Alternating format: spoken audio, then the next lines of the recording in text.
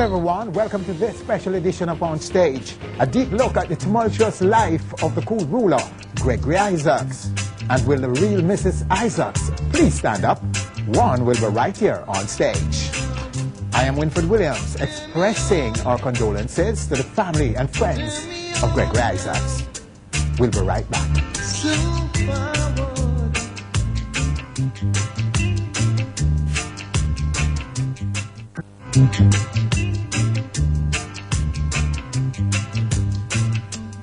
Welcome back. He was one of the biggest names in reggae, yet very few people knew who he really was. Today we seek to demystify the late great Gregory Isaacs.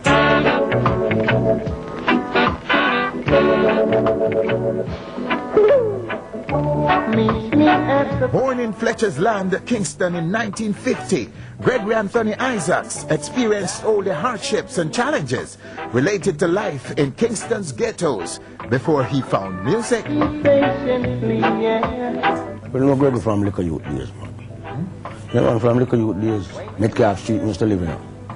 And that is just around the corner from where he grew up. So he's about 3 years younger than I am still. You know what I mean? But we all grew up within that region as youths, you know what I mean? I was still a bigger youth than Gregory. Gregory used to go out in school. I used to go out across the road and go in and used to walk, go home by Last Street, and you know each other like that, you know. Like others before him, young Isaacs began his quest for a music break by courting producers and entering various talent competitions in the late 1960s. I remember one night there was a talent show and at St. Anne's Church in Bond Street at West Kingston, and the whole ever go on there and thing. I mean, I never know what to could I see I take it show. I read the man, because toothache could call him, you know, because my eyes have a toothache. Nobody always suffer from toothache. He man always die job. And when I see the man go up there and eat up the place, I have Ken Booth and every man. After hear him up, call him back twice, believe sing a not cold tune. The youths of that region started to get involved in music and use it as a method to get themselves out of all kinds of, you know, temptations and depressions and sufferation. Gregory Isaac was someone who was a little, you know, kind of from the ghetto in the underground and kind of chose music as an avenue to pursue versus the kind of rude boy style. You could see that he was cut out to be a star, so to speak, because he had it both in his voice and as a person. Isaacs' first recording was a duet titled Another Heartbreak for Byron D, just after Jamaica's music changed from ska to rocksteady in 1968.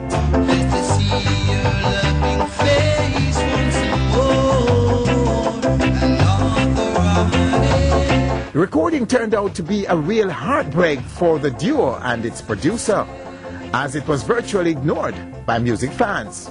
It took several more failures, including a stint as a lead vocalist in a group known as the Concord, before Gregory found favor with music consumers. Now who's gonna hold and squeeze my time? For some people it took much longer, some people never bust any at all. So it was his determination, as this record would show us, that him being determined and stay with it over time, he's become the giant that Gregory Isaac has become.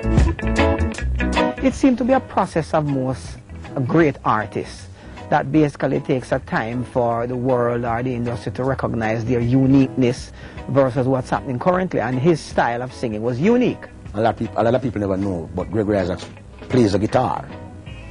And anywhere he is trying to make music with his guitar. So, as a man who have that kind of a drive to be on top, to be at the top of things, he knew that it would take him some time to be prepared. I mean, Gregory was always a focused person with his music, and I mean, how he deal with everything. I mean, it was like, it get me involved in that same, I patronized that same lifestyle in the music business. Now that my love is overdue. Now that my love is overdue.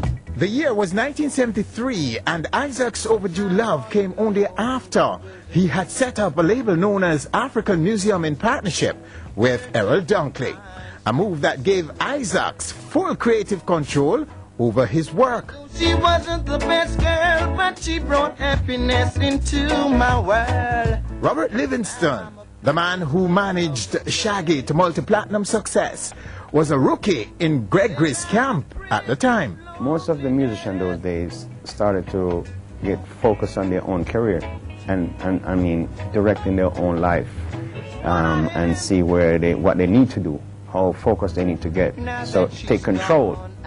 And I think that's when I start to realize what was happening to Gregory Isaac, Bunny Wales, and Dennis Brown. Dennis Brown had Dead Music, Gregory Isaac had African Museum, Bunny Wales had Salamani.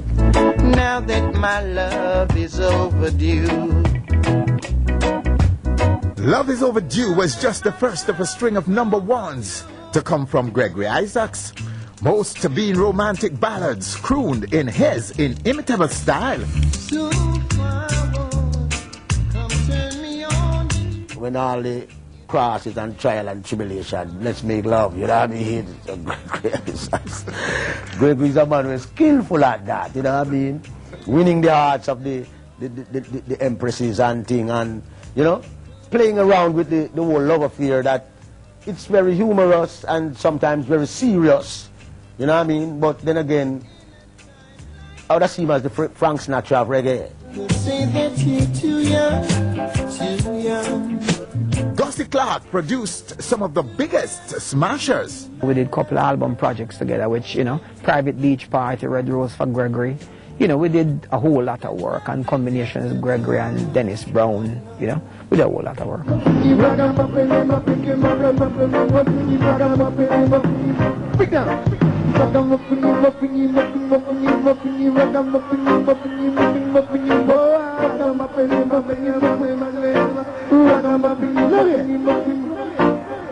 Days of bright and roses, I no longer Lift up my hat to him as a songwriter. Gregory Isaac was one of the rude boys who write love songs. So he's not like the rest of the guys who wasn't a rude boy. Gregory Isaac was really a rude boy who write love songs. And the way he delivers them, it was totally different. Please meet me at the corner. Down your avenue. In the mid-1970s, Isaac's lyrics, like most of his compatriots, began to reflect the wave of social turmoil sweeping the island at the time. Them a walk, them a loot, them a shoot. Babylon, them a brew. Gregory was now sporting dreadlocks and embraced the Rastafarian way of life. I think Gregory Isaac embraced everything, you know, because he joked about everything. So I don't know how deeply religious Gregory was as a Rastafarian, and personally, to be quite honest, I don't really think so. Because, I mean, Gregory in him trim. Gregory, I mean, there's this famous joke where we saw Gregory eating chicken, you know, and Gregory would joke to the people and like, okay, go and go tell Selassie to me I eat it. Mainly that I think Gregory was a true Rastafarian. He lives that lifestyle. He was a person who lived a decent lifestyle, was always focused, teaching us, always talking to the youths, always dealing with the youths. Then people might feel like, say, when a man trimming no Rasta no more, you know what I mean? But Gregory is a Rasta man, for sure. And I know that, and regardless of the circumstances surrounding, everyone has their hobbies and their habits, you know what I mean? But their spiritual and moral, the part of them there is something that is always there, and Gregory is a very loving person, you know what I mean? Within all of what he does, he's a moral person, and that is something that I embrace coming from Gregory Isaacs, 1000%, because when a one is true to themselves, dealing with clean hands and pure heart, you know what I mean? And a man run down vanity and bow down to the world for them kind of legacy there, you know what I mean? And them respect them have for Gregory Isaacs. But if I don't get my desire, then I'll set the station to fire. My temperature is getting much higher. Got to give what I require. Slave master, I'm the shepherd of my master. In In 1976, Gregory founded a venture called Cash and Carry. Cash and Carry now, as you mentioned, is that kind of a distribution center that we all put together and set up. Myself, Gregory, Dennis Brown, Junior Delgado, Big Youth. That was kind of run by an individual, Trevor Douglas, who known as Lego Beast. Yeah. I mean, when they were downtown, I said to me, Lego, are you more in control of my career, you know? I say, yeah, man. I say, because all of we used to hang out, Gussie Clark, Big Youth, Dennis Brown, all of we used to hang out, Chancellor, Bongo, man. Yeah, all the singers them you can't think of. Johnny Clark, all the way hang out, the Chancellor, and Bear Randy's, and Mr. Man, I used to work with Dynamic Sounds, and I leave the work, and I sell my record, man, and sell little clothes and things on my bike, and they come and say, dog, are you more in control of my car? I say, yeah, man. Because so I deal with Big Youth thing, you know? I deal with Big Youth business, and him say, I'm a young gun come. So well, everything you say, and him say, I have an office, a little room, for 90, give me up at 118 Orange Street. So we go up there, we clear the place, and we start going to start producing himself, and we make a little label, Cash and Carry. We were trying to find a way of selling, marketing our product in that kind of a unified manner, coming out of downtown Music Street, you know, Orange Street, the Beach Street, you know what I mean? And it was working for a while until, you know, sometimes the bed get a little too big for the amount of people. So everyone had to start laying their own beds, you know, each of their own beds. So we went to African Museum, you know, and I Solomonic Production, I started that, and Dennis Brown started his Deb thing, and, you know, and things like that. So At the turn of the 1980s, Gregory Isaacs signaled his arrival among the A-list stars in reggae. He had signed a recording deal with Virgin Frontline Records back in '78 and was now one of the most sought-after reggae luminaries in the British and other European markets. You're rocking too fast for me.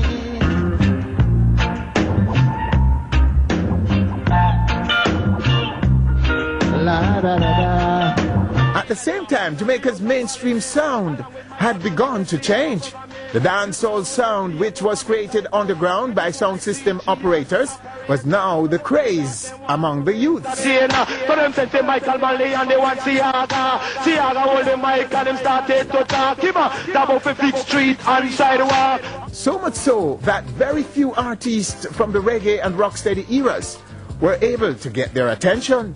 Gregory Isaacs, who had been given the title Cool Ruler, was one of the few, and those signed to Virgin retained his African Museum label, under which he maintained relevance among the youths by recording for independent producers.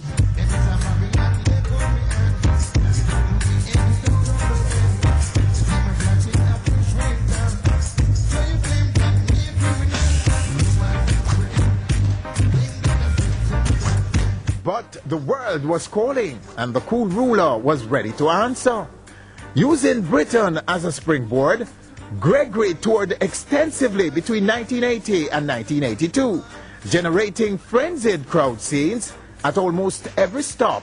Gregory Isaac was playing like 2 nights in one in Rainbow in London, 2 solid nights. He played in that place and sold it out.